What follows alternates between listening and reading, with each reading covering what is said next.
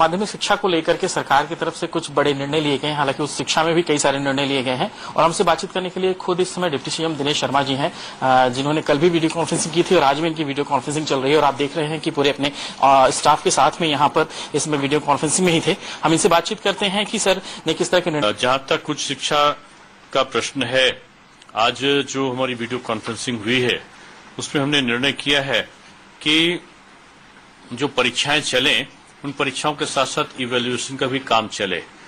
सुझाव के तौर पर यह दिया गया था कि परीक्षाएं जो हैं उनमें क्वेश्चन कम आए और तो कुछ विश्वविद्यालयों ने कहा कि कम क्वेश्चन के साथ कर सकते हैं।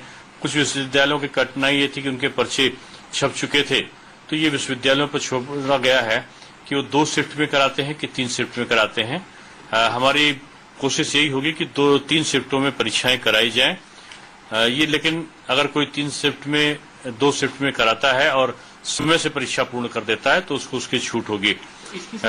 जैसे ये परीक्षाएं सर मैनुअल होंगी या फिर सीधे ऑनलाइन माध्यम से रखेंगे या किस तरह से होगा सर? नहीं, परीक्षाओं के बारे में 3 मई को अगर लॉकडाउन हट जाता है तो लॉकडाउन हट जाने के बाद ही परीक्षाओं की बात हम कर रहे हैं।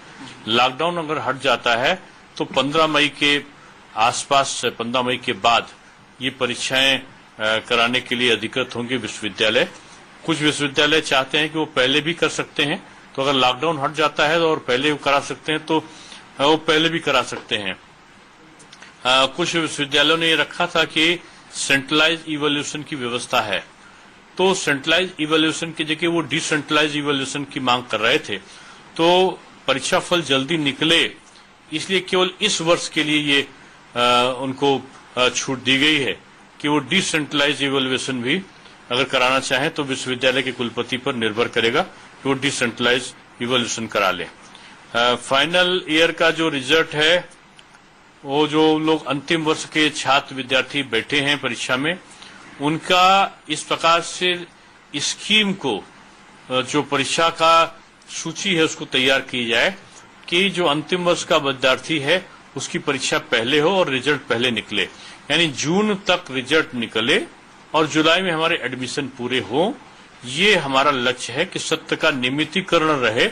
अगर किसी कारण से व्यवधान पहुंचे तो जो हमारी ग्रीष्मकालीन अवकाश है या हमारा जो शीतकालीन अवकाश या कई अन्य अवकाश होंगे उनको न्यून करने पर भी हमारा विचार है कि उनको अगर हम छोटा भी कर देंगे तो हमारा सत्य नियमितीकरण चलेगा।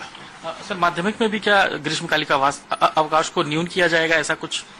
नहीं, माध्यमिक में तुम्हारी परीक्षाएं हो ही चुकी हैं, तो माध्यमिक में हमारी जब ग्रीष्मकालीन परीक्षाएं हो चुकी हैं तो जो बच्चों का सत्र अभी हम शुरू कर रहे हैं ऑनलाइन को हमने शुरू ही कर दिया है, तो इसलिए अगर आवश्यकता पड़ी तो न्यून किया जा सकता है।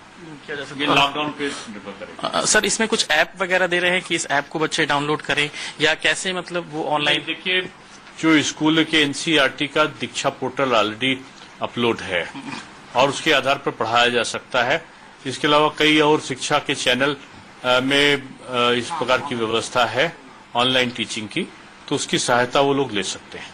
इस बार sir 7th, 9th and 11th के बच्चों को पास किया गया है, इवन 10th और 12th के रिजल्ट का लोग इंतजार कर रहे हैं।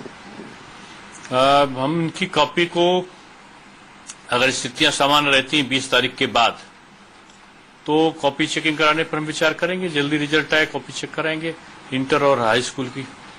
माध्यमिक की क्लासेस सर ये मान के चलें कि लॉकडाउन के बाद शायद अगर सब कुछ ठीक ठाक, ऑनलाइन क्लासेस हमारी शुरू हो गई है। नहीं सर, मैनुअल क्लासेस लॉकडाउन के बाद क्या ऐसा कुछ लिया जा सकता है निर्णय की लॉकडाउन खत्म हो तो? आवश्यकता पड़ेगी तो हम कर सकते हैं। जी बिल्कुल। तो ये थे डिप्टी सीएम साहब दिनेश शर्मा जी। जाहिर सी बात है कि उच्च शिक्षा को लेकर के जिस तरह के निर्णय हैं कि उच्च शिक्षा के जो भी एग्जाम्स हैं वो अगर लॉकडाउन खत्म होता है तो जाहिर है कि उसके बाद कुछ तारीखें आ सकती हैं, और वहीं माध्यमिक शिक्षा के लिए ऑनलाइन पढ़ाई इसमें शुरू हो चुकी है, जो कि इसमें अनवरत चल रही है। हालांकि ग्रीष्मकालीन अवकाश को भी लेकर के सूक्ष्म करने को लेकर के भी निर्णय